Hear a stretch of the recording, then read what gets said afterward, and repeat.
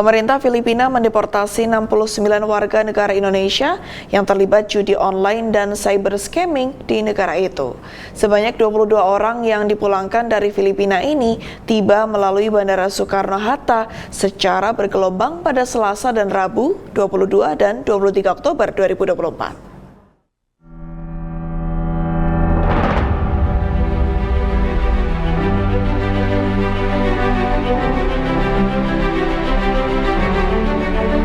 Pemerintah Filipina mendeportasi 69 warga negara Indonesia yang terlibat judi online dan cyber scamming di negara itu.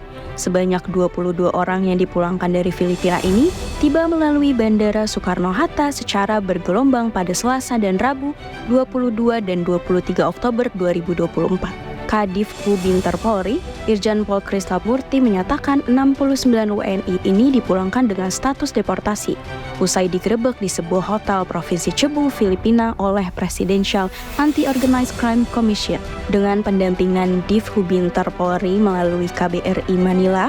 Dalam hal ini Atase Kepolisian di Manila. Diketahui para WNI ini bekerja sebagai pelaku atau operator scamming maupun judi daring. Namun, karena tidak sesuai target, mereka disekap di kantor tempat bekerja dan paspor mereka ditahan.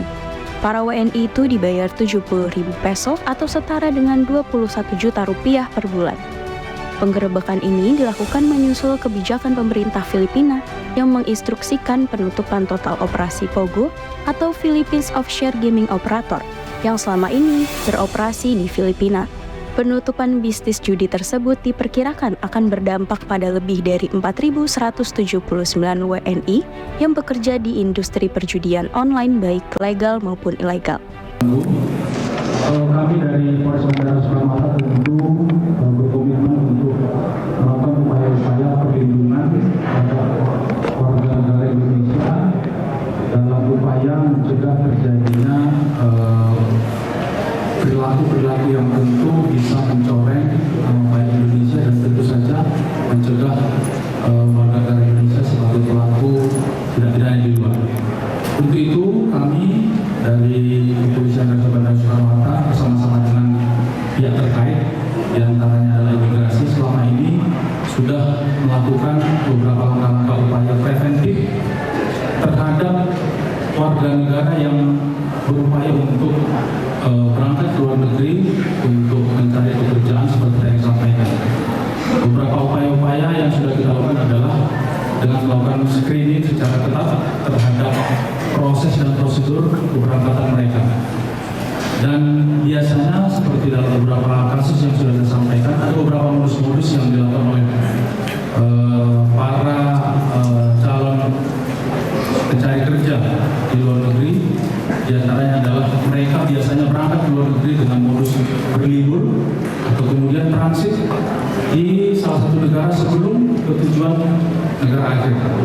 Dan tentu kegiatan-kegiatan yang sudah banyak dilakukan ini sudah kita pelajari modus-modusnya, sehingga beberapa waktu yang lalu dan beberapa kasus yang sudah kita sampaikan ini kami dari Polres Bandara Soekarno-Hatta bersama imigrasi sudah beberapa kali melakukan upaya pencegahan dan terhadap orang yang memfasilitasi, yang memberangkatkan, yang menjadikan fasilitas yang berangkat ke luar negeri. Tentu ada konsekuensi hukum yang akan dihadapi apabila terbukti bahwa yang bersangkutan ini adalah bagian dari orang yang mensponsori, memberangkatkan, memfasilitasi warga negara kita untuk bekerja di luar tanpa prosedur yang sudah ditentukan.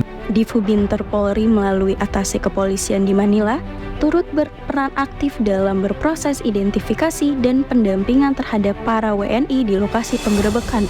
Polri juga berkoordinasi dengan Philippines National Police, National Bureau of Investigation, dan PAOCC untuk memastikan keselamatan WNI serta kelancaran proses hukum yang berlaku. Proses deportasi tahap pertama akan melibatkan 35 WNI. Sementara 32 WNI lainnya masih menunggu jadwal pemulangan. Sementara itu, 2 WNI yang terlibat dalam kasus hukum masih menjalani proses pengadilan di Filipina.